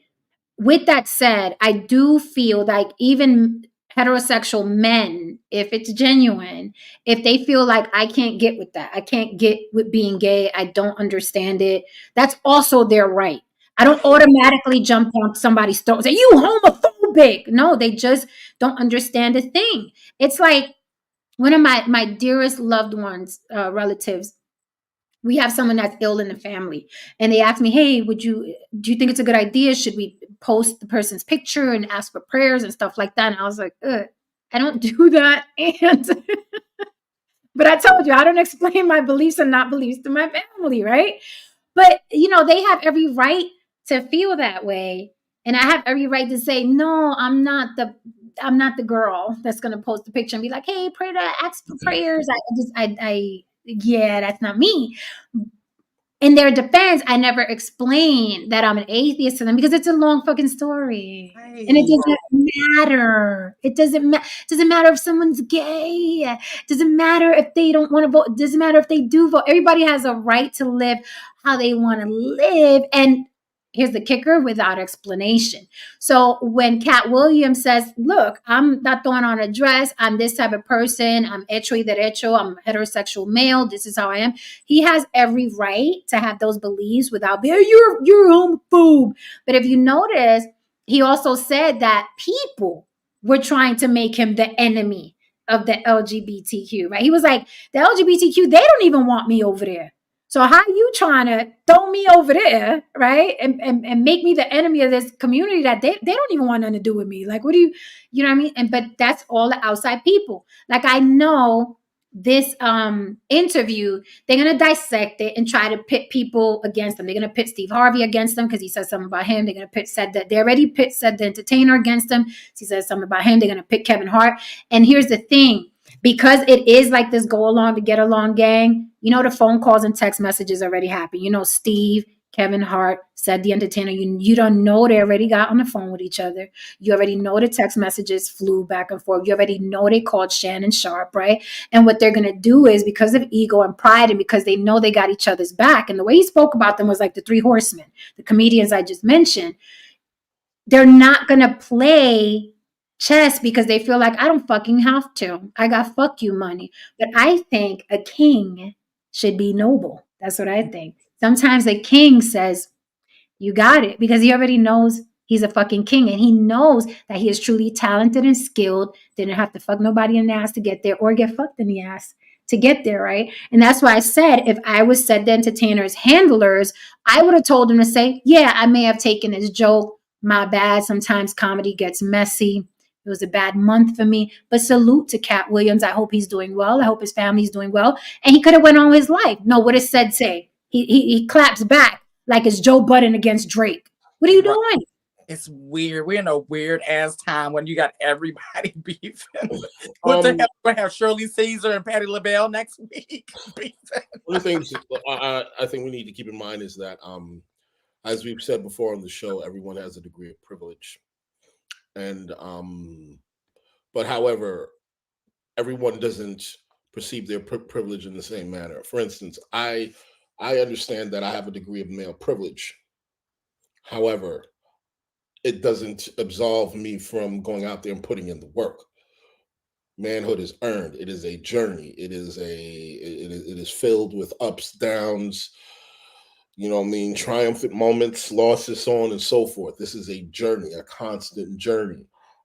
However, there are other men who, because of men such as myself, who have created the concept of manhood, who adhere to it, who work for it and abide by it, they feel that just because they are men and born men, they should be given certain things without work.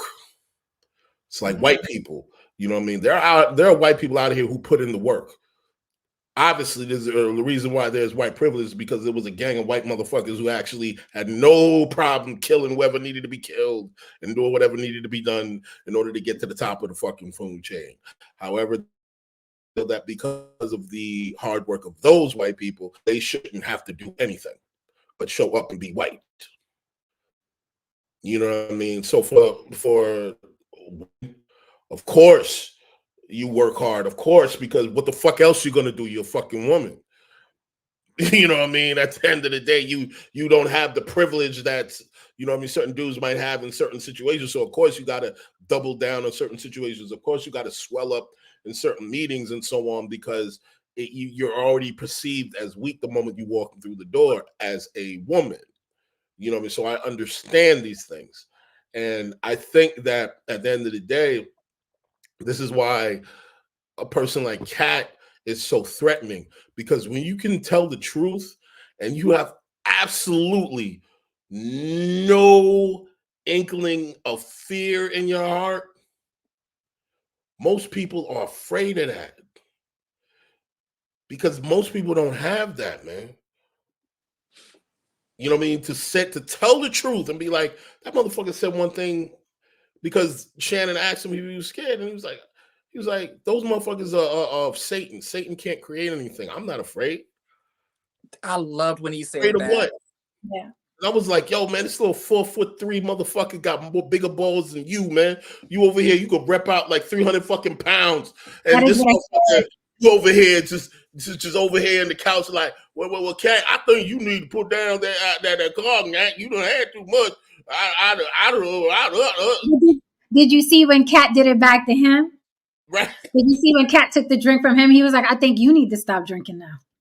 Oh, I just to see him talk. You scared. This like all game, even in interviews, I just sit back, because he'll just get on there and he says things calmly, and he'd be like, you have to understand that at the end of the day, I am a comedian first, and I am other things afterwards. And I am Katt Williams. I abide by the universe and blah, blah, blah. And it's just like to watch him say that shit is like, wow, man, this is cool. This is black cool right here. This is the epitome of black cool, because he's saying, no matter what you motherfuckers say, at the end of the day, I'm gonna wake up and still be Katt Williams and be fine with that. I'm And motherfucking he Michael Blackson. I don't know how he survived this long. I don't know. That mother sucker shit, that shit survived that long. Like that shit, that running joke survived this long. He's had a career that long. I don't know. He's never been funny to me. And you know what? I also want to be clear about something as well. I even don't judge the ones who do crack their butt. That's a choice. That's an option. That's a role. That's what you want to do. Hey. He ain't gonna be your nigga though, right? Not gonna be mine. Don't come over here. All right. I'm good. I'm good. I'm just saying. You did what you got. You felt you needed to do to get where you need to go. But man, I'm sorry, man. I'd be a homeless motherfucker, man, before I'm cracking my ass. Because yeah, and some people don't. Some people don't want to be homeless, around. Some people are like, it ain't. At the end of the day, I'll be in my blanket, but I'll be a man. Right, and that's the thing. My little blanket on the bench, but I'll be a man in his blanket on the motherfucking bench. That's the thing. It comes down to what's important to you as an individual, right? So if fame and money and taking the quick route is that's your priority, that's your priority. I can't tell you, you know what I'm saying? Your priorities, my priorities don't look the same. For me, I never, because that's the thing. People always like focus on just, not gonna say people, Black and brown people only focus on homosexuality, right? But they can still even target someone like my ass. It's just about diminishing you and breaking you down, right? But they know who to target. If you're a person who is like thirsty for fame and money, it's just like a predator man. When they see an insecure woman, they smell it. It's like reeking off of you. But if you're a person that knows who you are, who's self-assured in this industry, unfortunately, you're gonna have to take the long way. And for me, go ahead, Lily. I'm sorry. Well, it was more important for me to just take the long way and own my shit, have a clear conscience, and be able to say fuck you whenever I got ready. So. And someone said, I think Adam Hearn, you said here Katt Williams reminds you of Prince. He said he was very close to Prince, and they hung out a lot, bought the same cars, and talked about women and shit like that.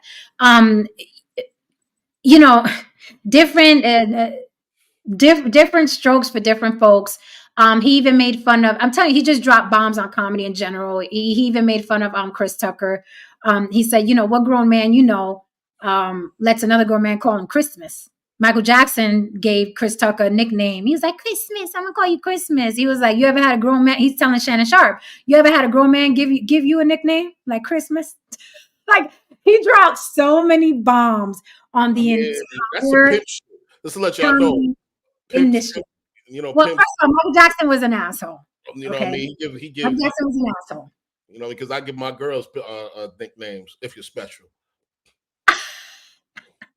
Absolutely. Wait, what's my nickname? I'm special. Troublemaker. Oh, well, my dad been calling me that forever. Either that or I actually used to be Diablo.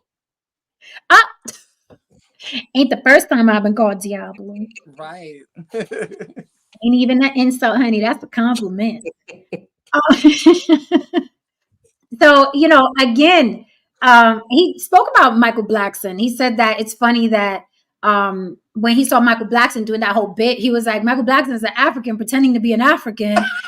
He told them, you got to drop that dirty dashiki. Like, go to Africa. There are people in Africa that do comedy.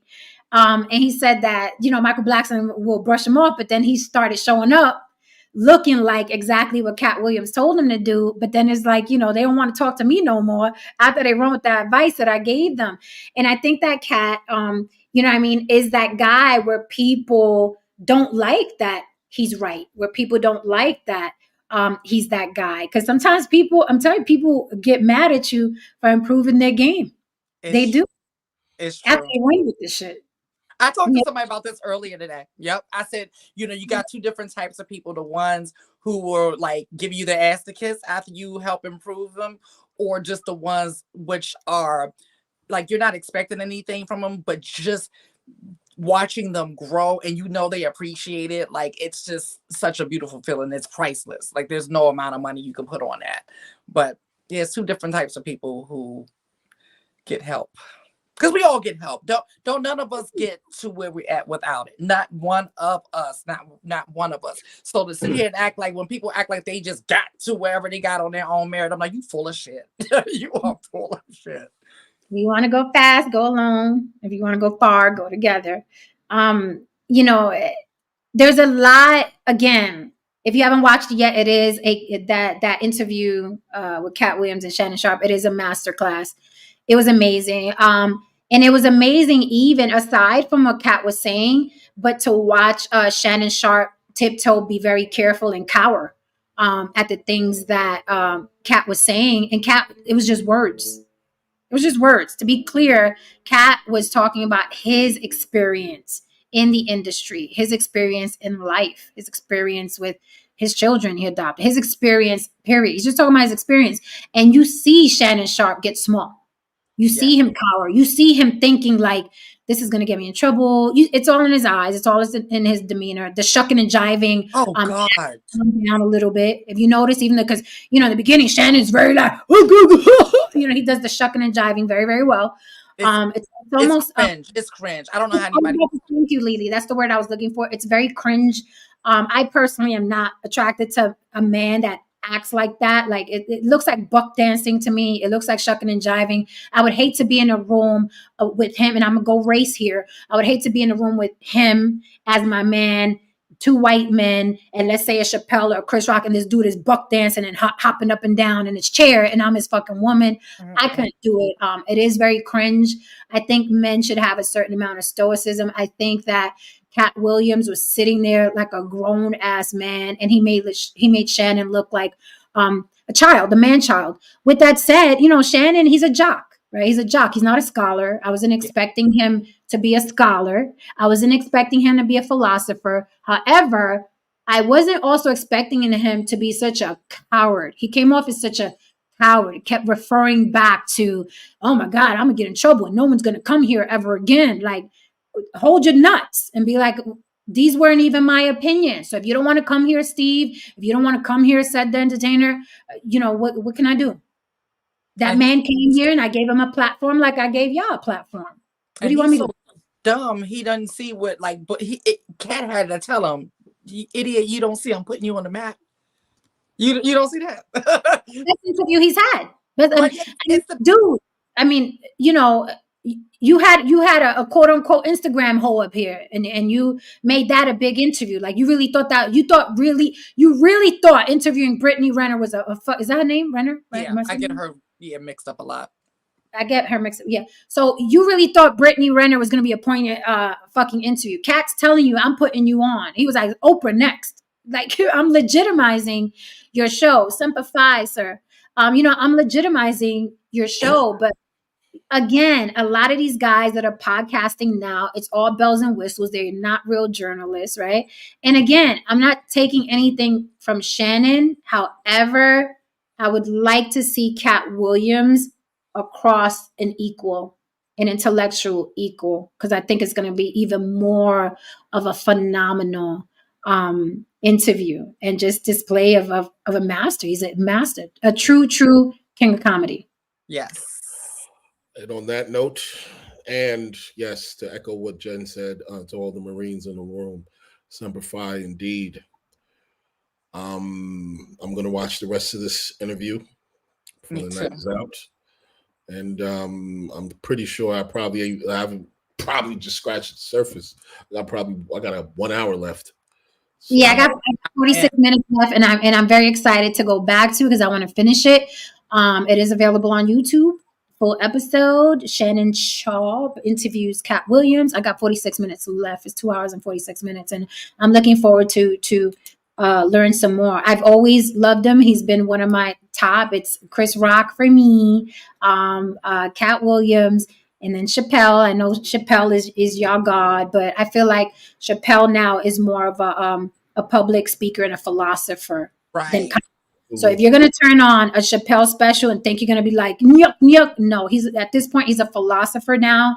But some of the shit he says is funny, right? So he's He's in a Carlin transcended. space right now. He's in where Yeah, Carlin left off. yeah, he's transcended comedy. Chappelle he's out of here. He's transcended comedy. But Katt Williams, phenomenal talent, and I have even more respect for that man now. So Oh I am God. excited to go finish. Yeah, I'm about to finish this, and my level of respect for him has just soared after Yeah. today. I've always had this level of respect for him because he just came off so different. And to somebody's point that didn't believe that about him denying the drugs, because I'm a recovering addict, I never believed the drug thing, and that was always weird to me because I'm like, he's not giving me drugs, so is he being targeted? I was very confused because I'm a conspiracy theorist, but not one of them crazy ones. I really do have to see evidence. But I also am one of the people who know that truth is stranger than fiction too, right? So it's like, okay, I know it can be either or. So with that, I'm like, I know what drug addicts look like. He's not giving me drug addict, but it's clear that that's what is trying to be made image-wise, right? So I wasn't sold on it, but I didn't know what was happening. I didn't want to land and say I knew what was happening. I don't think he was on any hard drugs. He mentioned that never took a hard drug in my Yeah, life. he said, I mean, and the way he did, the reason he gave for not doing hard drugs was fucking amazing. He said, I've never heard a good story by anyone that was doing drugs. I never heard, hey, cocaine got me this, heroin got me that. It was always like, I was fine. I had a wife and kids and a job, and then heroin destroyed everything. And now I'm sucking dick in the corner. He made it funny, but it's true. If you listen to people that were on drugs, it's always the most horrific thing a human being could be going through. And I was that kid as well. I was around girls that did cocaine. I was around girls that did E. I was around girls. And I'm like, I just didn't like the effects. I didn't like the way they looked when they were on it. I was like, not for me. And I'm talking about girl doing coke here, girl doing coke here. And these were my friends. These were my girls. I'm like, I'm not putting nothing up my nose. I just didn't like, I didn't like how it looked. Right. So I was like, I don't want, so I understood when he said, you know, everybody I've spoken to that has done drugs, he was like, I don't want no parts of that. You lost your wife, your family, your kids, your job, and now you sucking dick in the alley. He was like, with that being said, do I think that this motherfucker was taking some powerful weed at some point in time? Yes, I do. You know what I mean? He was doing some wild shit. I mean, he was fighting with children. He got into a fight with Suge Knight. This nigga was doing something. You don't necessarily got to be doing cocaine to be doing that shit. I'm gonna disagree with you. I'm gonna disagree with you. Yeah, it's easy to get in a physical altercation with an asshole. It's easy. But there was times that I gave when I looked at him and I was like, this motherfucker just must be hitting some powerful ass fucking weed. Because he has said that he has hit fucking weed.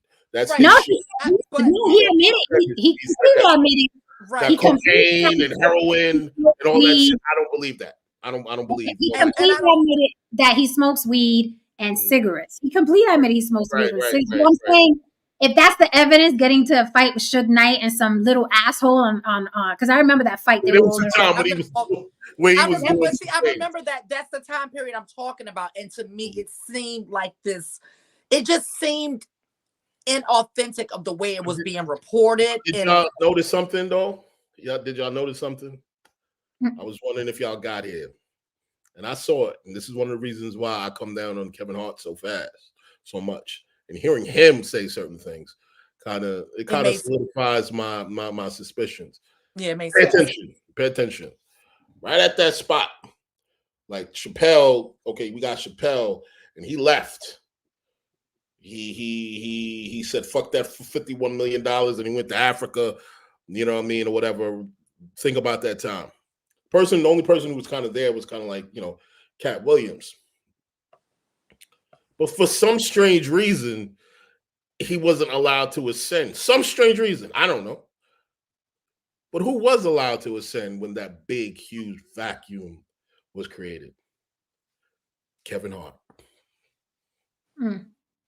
Kevin Hart was put right in that spot, and he shot up real fucking fast. Fast as fuck. With everybody saying he's not funny. Also, before we get out of here, I did want to address something important he said about people talking about there are no gatekeepers. He was like, oh, there's a lot of gatekeepers. He was like, these gates are opening all the time. Like Kevin Hart opened the gate for Tiffany Haddish. Do you think she's funny? Right? So there are gatekeepers and they let them in. Let me just say this, because this is very important. I do not care that some people, I got over it as an artist. I do not care that some people are sobbing knob to get there. And I'm talking about men right now. I'm not even talking about women. Right, Okay. right. I hear that phrase since the 90s. Slobbing knob. Okay, so fair exchange ain't no robbery. Some Nope. chick wants a role in the movie. The guy is like, I'd like you to taste a little something. She's like, I'll taste a little something to get this role. Fair exchange is no robbery. I don't care about that. So if that's what you do, and the men too, if you want to take it in backdoor shots to get in that next Friday movie or whatever, salute to you.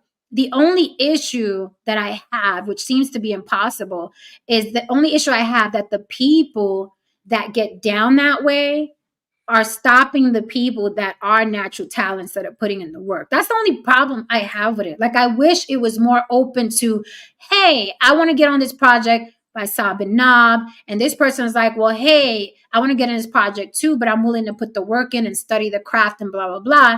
That's the only issue I have with that whole gatekeeping thing, that it's not fair that someone like Katt Williams can't have an opinion or he'll get blacklisted, even though he got fuck you money now, he's doing great. But it's like somebody who does take it in the behind can blow past that person. That's the only thing I don't like about it. But if you want to sell butt to get a role, to get money, do you? I don't care, right? There's all kinds of people in this world. I just don't like the gatekeeping that comes with that. But that's life. That's the newer gatekeeping, because like our era back, right, were talented people who were slob and knob. So it was like between you and another talented person, whether you slobbed or not.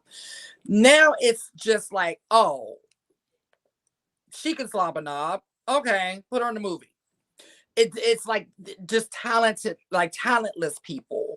It's between, okay, what we're looking at is like those people who are just willing to slob the knob, and the people who just happen to be popular on social media or reality TV. Those are the two kind of people who are being cast today, in my opinion. Yeah. And as far as Katt, like, this business is tough. This business is tough if you're not on really powerful drugs. You do get frustrated. You're touring a lot. You're fucking tired. And it's easy to snap on a motherfucker. Especially if you have temper issues. You had the fights all your life. That's what I was going to say to Haran's point. That's what it gave me. It didn't give me like that was because of drugs. It just gave me frustration. Like, it was a lot going, because I just remember that time period very well. And it really did seem like a conservative effort against him. So it just gave me, he was lashing out. That's what it really gave me. Like, fuck everybody at this point. And the kid, fuck you, kid, dog, cat, pig, everybody. I'm fucking everybody up. So yeah, that's what it gave me at that time. Yeah, us writers and artists, we get frustrated, sensitive about my shit. All right, guys. With that said, this was an amazing breakdown of Katt Williams on the Shay Shay Lounge. So I'm gonna go back and finish watching it. Lily, Haran, thank you, darlings. For always gracing me with your presence and coming on this journey with me. Watch the rest of it, because we may have to do a part 2. This is going to be on fire in the algorithms for the next couple weeks, because why? Everybody's waiting bated breath for the comedians that he mentioned to clap back. And they're going to clap back because they got shit to sell too. So clapping back to Katt Williams is good press for them. So we're going to have to revisit this at some point this week. They're gonna go on Shay Shay. That's why I say he's worried about losing guests, but they're gonna want to come and respond on his show because his show is popular and blah blah blah. Dumbass. But anyway, he did for Shay Shay's Lounge what Dr. Umar did for the Joe Budden podcast. Exactly. Not all eyes on you. Let's see what you do with it. But he looks so. The big cowardly lion. Anyway, so hit that like and subscribe on your way out. For Mama, thank you so much for joining us. Don't forget you can support the show. Cash App on the block with Jen. And we will see you here tomorrow. Let's see what those algos are talking about. Mañana, don't forget to follow us on our social media and Instagram. I will take down the banner That is our names on the board. Follow us on our Instagram. That helps a lot. That is currency. And leave some comments. Leave some comments for us if you're catching the replay. And good night, guys. Thank you so much. Thank you, chat, for holding us down and giving me that information I didn't have. Good night. Nice. Bye.